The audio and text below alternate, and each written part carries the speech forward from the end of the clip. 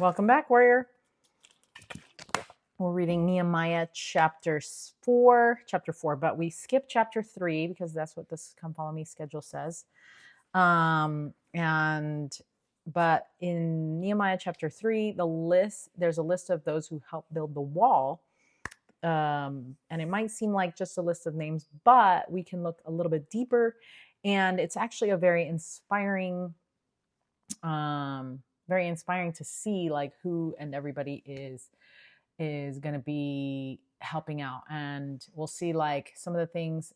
If you take like a deeper look, it's you see things like they builded the sheep gate, they sanctified it. Next unto him builded the men of Jericho, and then further down it's, and next unto them repaired Meremoth the son of Urijah. So there's just like on and on for 32 verses.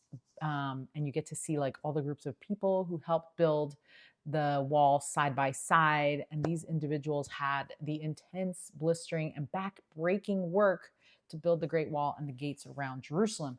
And if you've ever seen the walls surrounding Jerusalem, you know how high they go and how long they stretch, and you know how massive those gates are. So Nehemiah was able to go to Jerusalem and orchestrate the details and the workers to do this, and it was such an enormous task. So just consider all that was happening because Nehemiah had asked a question about the welfare of the Jews in Jerusalem, and now great amounts of work was happening because he asked, because he had the courage to ask.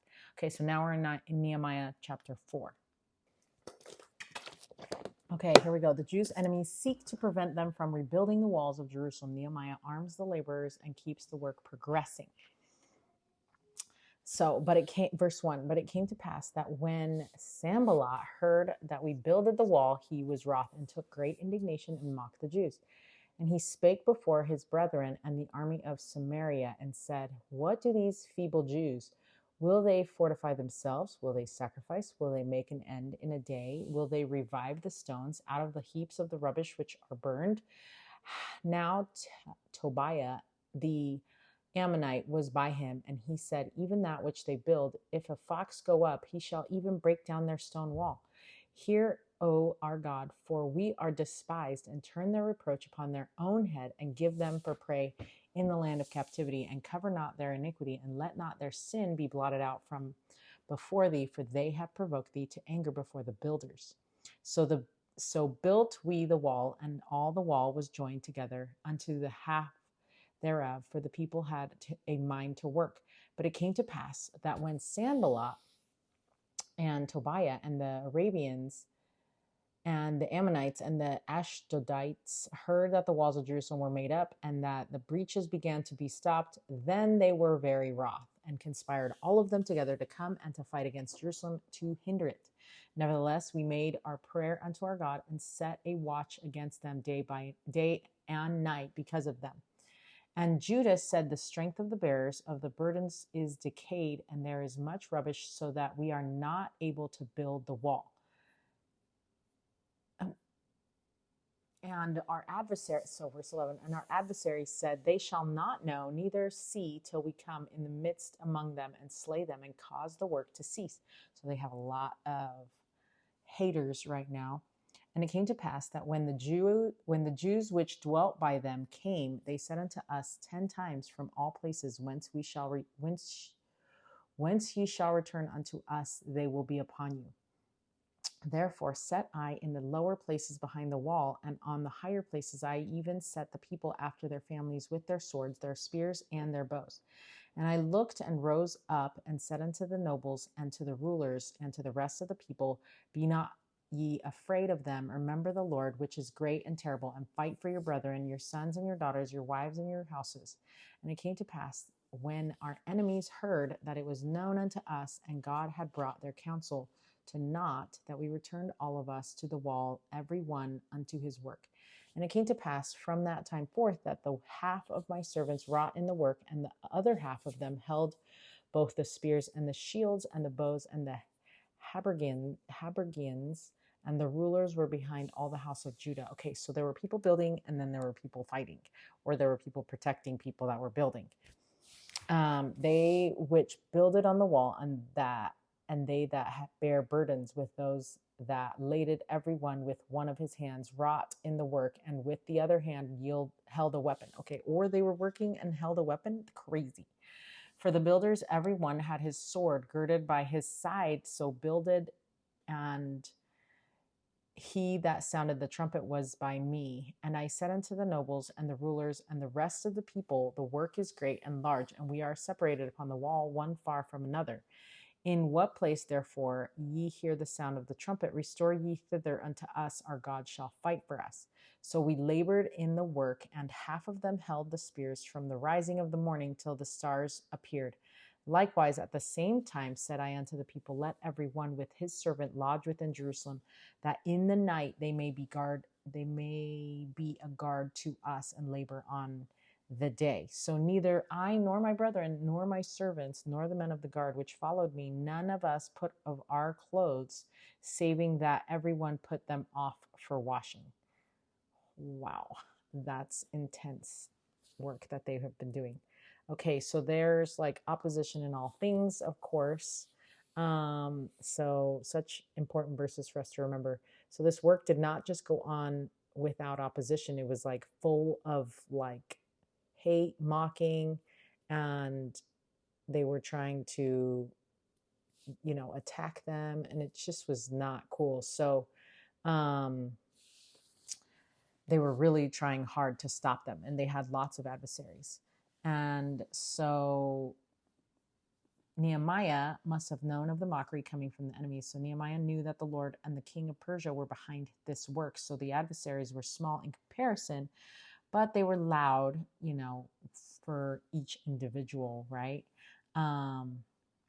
Which can have a powerful effect on those who are doing the work. So maybe Nehemiah saw the impact that these words were having on the Jews, or maybe he knew that it could cause discouragement among them. So Nehemiah turns to the Lord and prays for justice to come upon those who are standing in their way.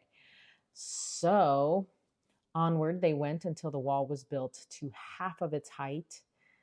And a group of the adversaries heard the success they were having, or then breaches or gaps in the wall were beginning to be closed, that the breaches and the gaps in the walls were beginning to be closed and the walls were made up.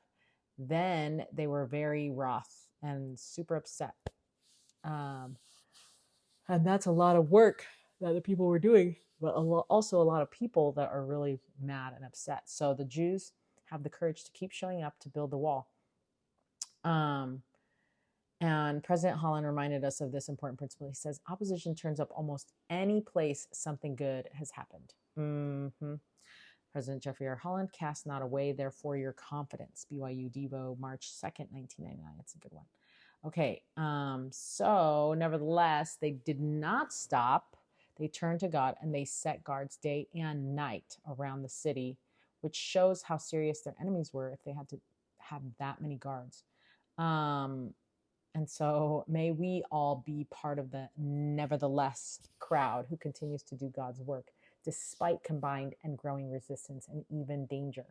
Now that the walls are halfway built, some new problems arose. The tribe of Judah said that the strength of the workers had been growing weak. Well, it makes sense because they've been out there for so long. And it was like a hard job for them to do. Plus, there was much rubbish lying around and they could not work, which means, right? Because it's hard to do some work if it's not ready to go, right? So, I mean, our current status of our yard is easy if everything's ready to go. Is everything leveled? Sure, we can put the fence down. Is everything, are all the weeds removed? Sure, we can put the grass down, right? But it's not like that. And so you have to get everything prepped. So the prepping takes forever, it feels like.